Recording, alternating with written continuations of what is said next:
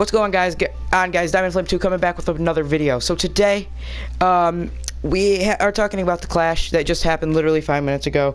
There's a few things that I have questions about. Is Chevy, their package, don't mind the flickering light, how NASCAR ran the thing, what's to come for NASCAR in the future of the clash, and what I'm calling this clash. I'm going to call this clash the Stenhouse Clash. Only 6 cars were running at the end of the race, if you didn't watch it. So let's get right on into it. Let's start off with Chevy here. I wasn't able to get a clear view of what Chevy was able to do and what Chevy was able to put together due to the fact that it was just a train of cars going around for the first probably, well, let's say I have the notes there, from lap 1 to lap 63. It was just a train of cars. It's all it was. It was just a train of cars. And you can't really do much with just a train of cars. You can't really see anything. There were times where they showed really well. They showed really well and they looked really good. There were other times where it was like, are they running a 1980s car? Which probably have done better than what they did. And today, how's that working? But yeah, I need better lights. But that's the package. So the package I don't like, because with the smaller cars, I have this diecast as representation, the air would just come off this like this. So this would be where the dirty air is. You could go up here for clean air and up here for clean air, because how small the back bumper was. So you could really start to develop a run, and you could really pass, because you could get sucked right up and then you can just jump out, get the clean air, and go. That wasn't the case with today and how everything was going. Today and previously in in racing, they have the bigger spoiler. So the air comes off like this. So this is the air, this is how the old one was, this is how the new one is. It spreads out. So there's less you have to move farther to make the move. And it's harder to gain speed. That's why you start to see this train of cars here, and that's why you start to really have these problems as they go, because of the way that it is, and the racing is. The heart rate monitor, I do like that idea with how they put with Jimmy Johnson and what they did. It was a really good idea to have that heart rate monitor in there. We seen it. It was really cool. It helps. It helps you think about what those drivers are going through at 160 miles an hour, or not 160 miles, 160 degrees inside the car. Sometimes it gets to 160, sometimes it's 120. It's a lot. It depends on the track and everything else, but it's really grueling. That helps that a lot. But lap 63, like I mentioned earlier, was when the race started. It was the Chevys who were trying to save fuel on strategy in the front, and the other cars that pitted and had the fuel, so they could just go, and they were just going. So we had that, and it kind of really didn't help anything at all, the way it was. But that happened like that. So then you start to get the battles going on, and then this is an opinion-based one. I think Kyle Busch started this wreck, the first wreck here. But Kyle Busch wrecks Logano and takes out Kez. Kez was still able to race and involved in a later wreck. And it also damaged Hamlin, who also was involved in later wrecks but still was able to finish the race. Kez was not. But Kyle Busch, the reason I say it was Kyle Busch's fault is because later on in the race as well, we've seen the same exact thing happen with Chase and Larson. But I ruled that one as Larson's fault, but Larson was in Logano's position for this wreck, and Chase was in Busch's. But I ruled it separately, not because of the drivers, but because when it happened with Chase didn't have room. And with the whole yellow line situation, if he went down there because he got forced there and went, more than likely he would have got penalized. So he had to hold his line, and which is what caused that wreck. In the case of Logano and Busch, Busch had room. Busch didn't take the room. Busch could have moved down to the middle lane and gone, but he didn't. He stayed there, and then you could kind of see how the car flicks up into him as they make contact, showing that it kind of was more intentional. It could have been the air, but the difference was Busch had the room. I'll talk more about that one when we get on into the later review, and I'll get more in depth about why I think it's different between the two wrecks, even though they were very, very similar. Next up, the 24 and the 6 had problems, and there was oil on the track, probably from the previous wreck on a car that was limping around. More than likely it was the probably either the 22 or the 18. So there was something on the track, because right when the 24 and 6 went, they both just spun their tires and wrecked the whole field.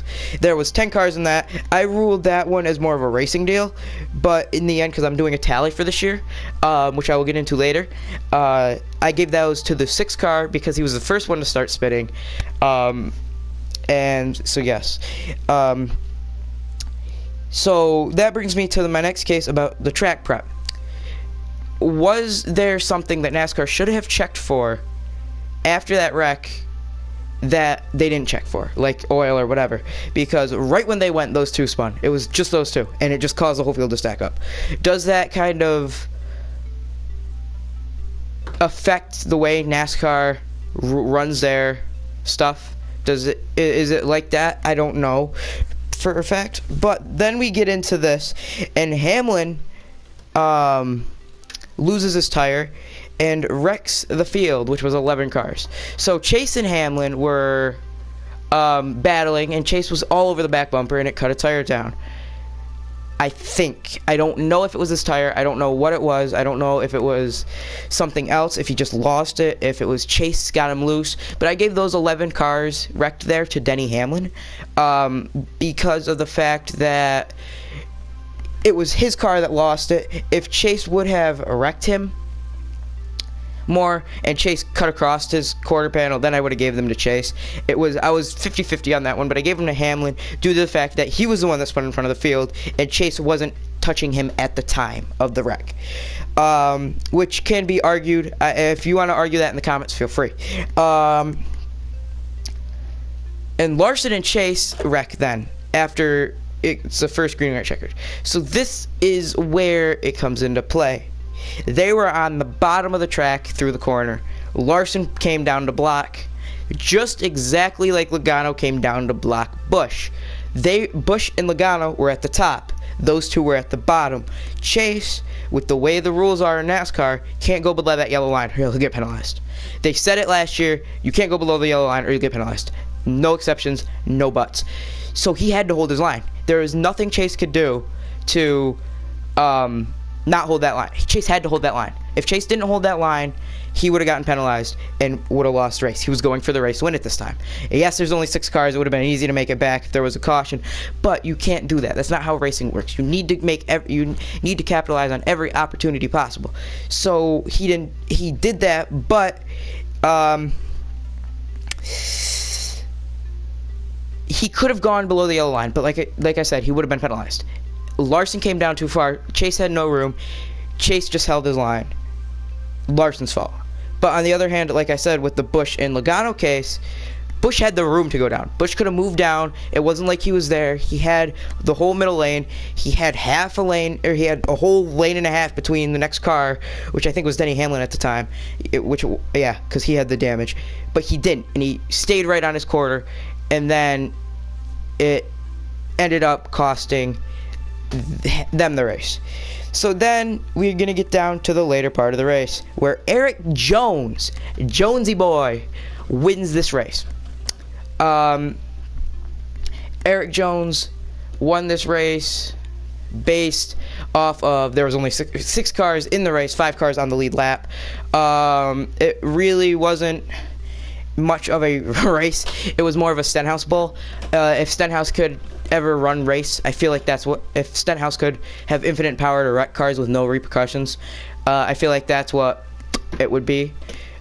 So yeah, Eric Jones wins. Moving on, Ricky Stenhouse has the pole. We'll see how that works, but I pretty much think that's it. I think I briefly covered everything. It's a Clash. I don't want to go super in depth on every little thing, but that's for another time. I don't know if I'm going to be including trucks in Xfinity. I am a huge truck fan, though, because local driver Stuart Friesen runs it for me. So I might be doing trucks and Cup only because I don't really watch Xfinity much. Or I will do all 3. I don't know. I'm still going to leave that I'm still gonna think about that. It would just be hard for me to get the notes on Xfinity because I don't really watch them. I'm probably just gonna do trucks and cup, or just cup only. I think I'm probably gonna lean more towards the cup only, unless there's major news out of either one.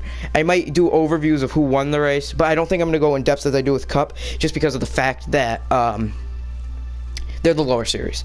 But yeah, that's gonna be it for today. Remember to like, comment, subscribe, and turn on bell notifications to join the Flame Nation. I now have a community on PlayStation. If you go to my channel, or my YouTube, or my, what am I talking about? If you go to my,